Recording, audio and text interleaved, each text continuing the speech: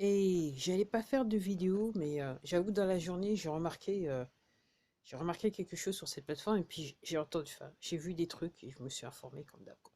Donc, j'ai remarqué sur cette plateforme dans la journée que maintenant, on parle des effets de l'injection. Là, les merdias là, ils sont en train de dire ah, c'est juste dans les titres. Moi, je regarde, les titres ont changé là, soudainement. Donc, je dirais que par rapport à l'étranger, surtout aux États-Unis, je crois qu'ils ont 2 ou 3 semaines de retard. Mais, bien, on parle de cycle menstruel. C'est vrai que les femmes, une fois qu'ils se sont injectés, effectivement, pour te dire, mesdames, c'est plus possibilité d'avoir des enfants, ou si vous êtes enceinte, là, ça pose un problème. Ok. Et c'est vrai que les femmes, jeunes femmes, elles ont tendance à avoir des problèmes avec le cycle.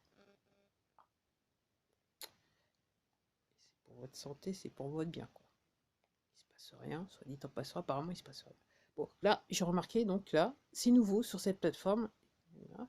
Et puis je viens de regarder aussi, je viens juste de regarder une vidéo. Euh, je l'ai pris 5 minutes, c'était un direct, je l'ai pris 5 minutes après qu'il ait commencé. Et là, je me suis dit, vu l'invité qui avait enfin, l'autre, là, le créateur, je me suis dit, ah, ça se trouve, cette plateforme, ils vont débrancher. Ah ben non, j'ai droit aux 1 heure. Ça faisait longtemps que je n'avais pas vu en live sur cette plateforme, la personne. Mais bon, on va pas. Il se passe des choses sur cette plateforme, il se passe des choses. Alors, je vous avais quitté, je vous avais parlé de cette vérification en Arizona. Donc il semblerait que ça puisse traîner jusqu'à novembre de cette année encore. Ok. Euh, et il semblerait qu'en fait, donc le rapport qui a été donné officiellement, ok, il a été comme qui dirait édité. Il y a des trucs qu'on a enlevés dans le rapport. Donc apparemment, c'était en fait toute l'opération, c'était apparemment un piège pour piéger les Cheffaillons, quoi. Ceux qu'on n'avait pas encore identifiés, là maintenant on les a encore identifiés. Parce qu'apparemment il s'est passé des trucs avec le rapport. Donc faut attendre, faut attendre. Alors j'écoutais ça, ok. Je suis à demi surprise. Et là, je viens de penser à un truc que je pensais pas parler dans la vidéo, mais j'ai essayé d'y penser avant de. Voilà. J'ai pensé à un truc où j'étais pas surprise, parce qu'il semblerait en Australie, donc c'est chaud. Si vous vous renseignez, si vous surfez avec votre moteur de recherche préféré, pas le plus connu bien sûr, vous allez découvrir que c'est plutôt chaud pour les Australiens. Et en fait, je regardais un truc hier soir, avant de dormir, et après je regardais un autre truc aujourd'hui. Et donc il semblerait que, en fait, moi je pensais que c'était la Suisse, la plaque tournante, mais non, il semblerait que la plaque tournante c'était l'Australie, avec tout ce qu'il y a sous terre. Il y a pas mal de tunnels en Australie. Et il semblerait donc tous ces soi-disant ces séismes qu'il y a en Australie, donc en fait c'est les tunnels qu'on fait péter. Ok. Apparemment ils sont à 10 km sous terre ces terrains. Et, et en fait apparemment il semblerait, c'est là que les poteaux ils avaient prévu d'aller vivre, pendant qu'en fait nous on se faisait tous injecter. Et puis apparemment ils souhaitaient attendre jusqu'à temps que tout le monde soit injecté pour voir qui c'est qui restait du genre. Enfin les poteaux, quand je vous dis les poteaux, c'est les plus élevés, hein. Les membres de 13 familles. Pour ceux qui suivent, ceux qui connaissent un petit peu plus. Donc, il semblerait que le côté obscur de la force, donc c'était bien implanté en Australie, et il y a encore pas mal du côté obscur de la force. Il y a pas mal de gens qui sont encore sous terre, et d'êtres, je dirais, je précise bien, des êtres qui sont sous terre, ok, qu'il faut éjecter, qu'il faut voilà. Et ils sont ah, et là, il y a un petit truc qui s'est passé. J'ai peut-être une bonne nouvelle sur mon téléphone. Donc en gros, ouais. Donc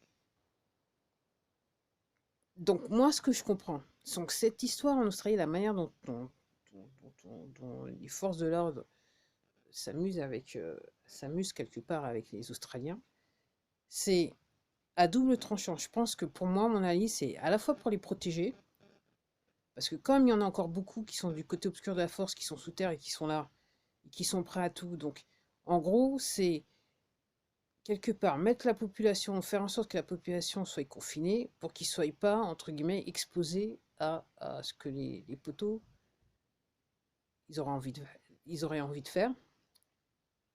Et donc, entre guillemets, tous les moyens sont bons. Et effectivement, quelque part, c'est des mesures draconiennes. Parce que ben, on veut, entre guillemets, mettre la population à l'abri. Alors c'est assez étrange ce que je suis en train de dire, mais moi je me comprends.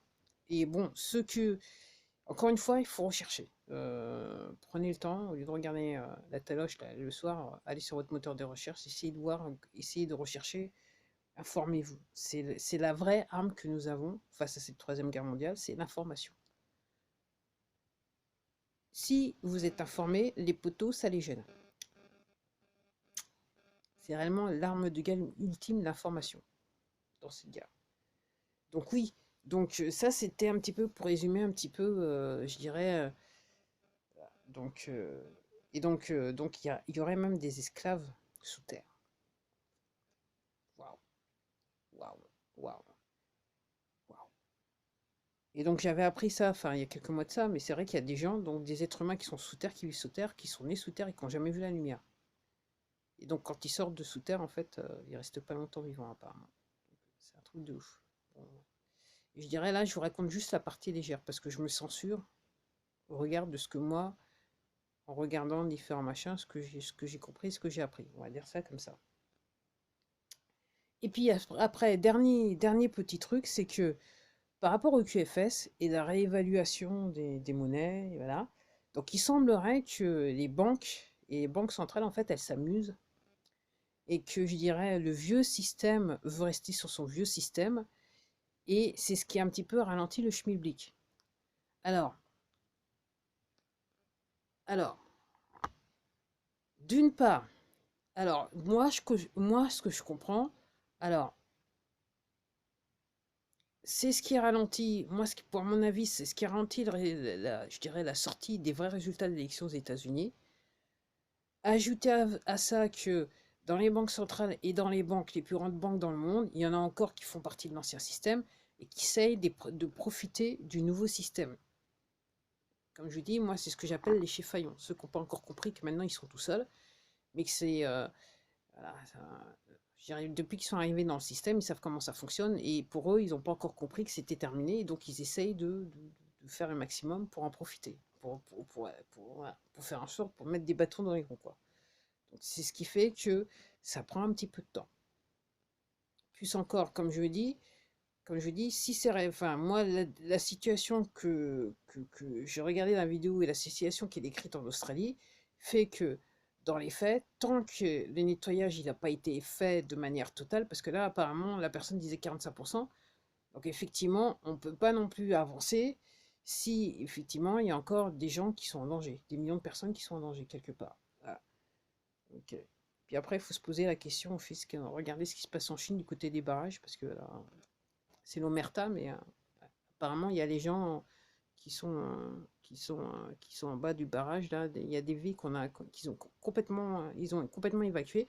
Et ça me fait penser, il y avait pas mal de villes fantômes en Chine qui ont été construites comme ça, il n'y avait personne. Et je me demande si, effectivement, tous ces gens-là, on va aller pas les mettre dans les villes fantômes, si vous voyez ce que je veux dire. Puisqu'il va falloir les déloger, puisqu'une fois que le barrage il sera tombé, l'autre fois, je regardais hier une simulation sur cette plateforme. C'était sur cette plateforme, je ne me rappelle plus. Je me rappelle même plus. Et on voit toutes les régions qui vont être inondées. Version chinoise. Hein. C'est une vidéo chinoise. Donc oui, et pendant ce temps-là, donc toute la journée, donc déjà on a eu ce matin donc je dirais une pluie chimique, hein, puisque le ciel était trafiqué. Cet après-midi c'était plutôt beau, mais c'est clair que ce matin c'était trafiqué et toujours des avions qui passent. Mais là c'est réellement c'est le périphérique. C'est des gros porteurs, des gros moteurs qui volent très très bas, en basse altitude, et c'est le périphérique. Moi, en ce qui me concerne, c'est le périphérique. Allez, c'était tout pour moi. Donc, je sais pas. Moi, comme je dis, si vous êtes anxieux, informez-vous parce que ça va vous calmer. Une fois que vous avez intégré l'information, ça va vous calmer. Comme je dis, moi, j'attends de voir ce qui se passe parce que là, de toute façon, on n'a pas trop le choix. On n'a pas trop le choix. On n'a pas trop le choix. Allez, à la prochaine.